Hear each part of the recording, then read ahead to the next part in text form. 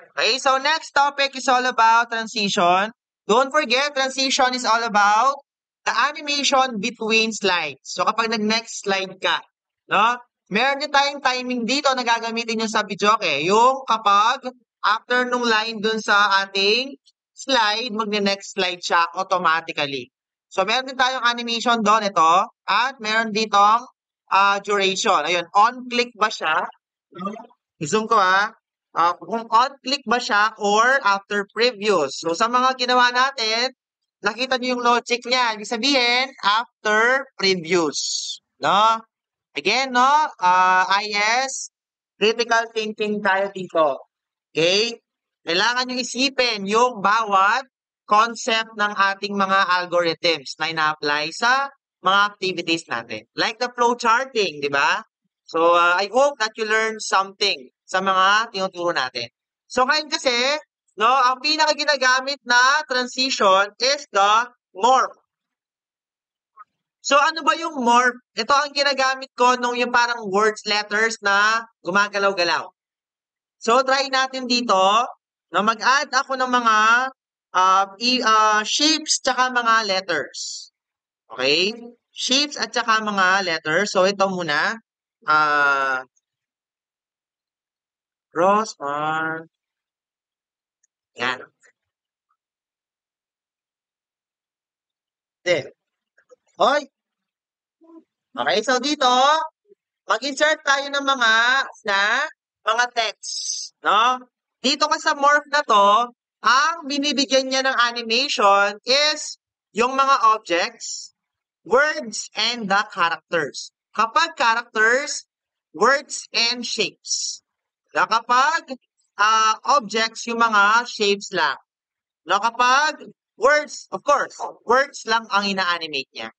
So, for example, dito, no, meron akong word na Rosmar dito, then, insert ako ng shape natin.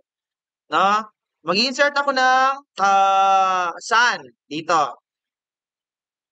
Yan. No?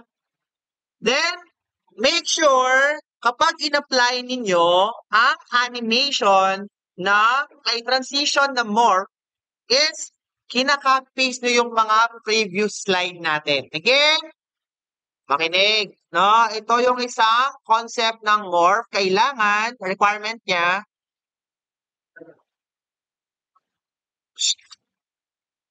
no? Ulit. Ang requirement sa morph transition is kailangan kinaka-paste natin yung slide kung nasaan yung mga original na mga elements. So in this case, we have the original slide here, slide 12, and meron siyang text and shape. Okay?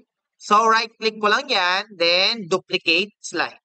So they have the same elements, same sizes, same shapes, same letters. Gagawin ko, gusto ko sa pangalawang slide, no? Meron akong word na gagamitin, siguro mga Maros na lang. Yan. No? Tapos, ibahin ko yung position niya. Lagay ko siya dito. No? Control A, gawin ko siyang bold. Makapal ang pagkakasulat. Then, i-click ko ang araw. Ilalagay ko siya dito sa taas. I-adjust ko yung size niya.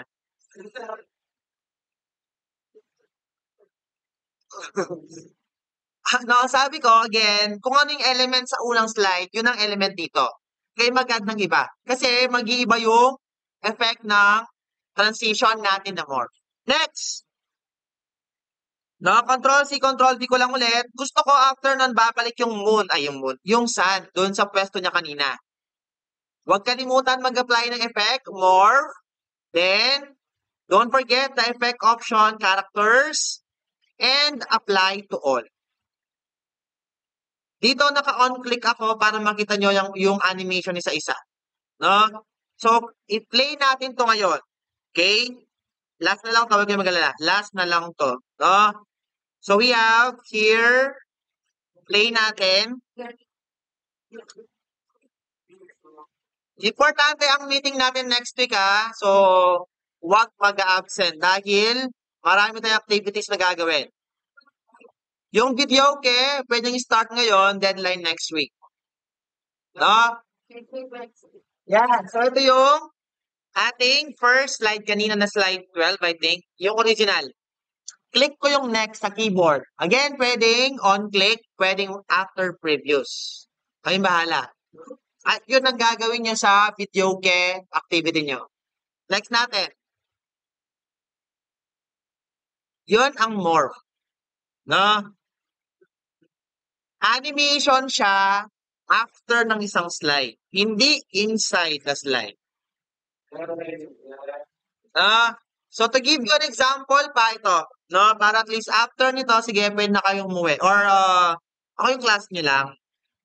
Yan. No? Ano, basta nandun ako, pwede.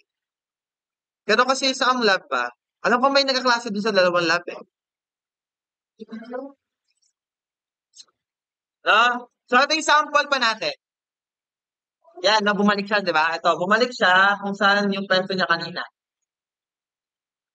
No? Gagawa kayo ng solar system gamit to, ha? With dapat ang laman ng solar system is planets, the sun, definition ng manahimik muna kasi. Kapag yan sa activity, magtatanong kayo ng tanong eh. No, yung mga meteorites, no, define yung meteorites, mga satellites. No, next. Ito.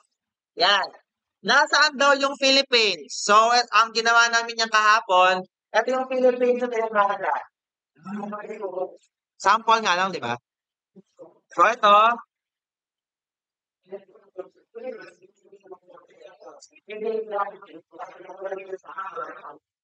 Next. Natay ko lang ako.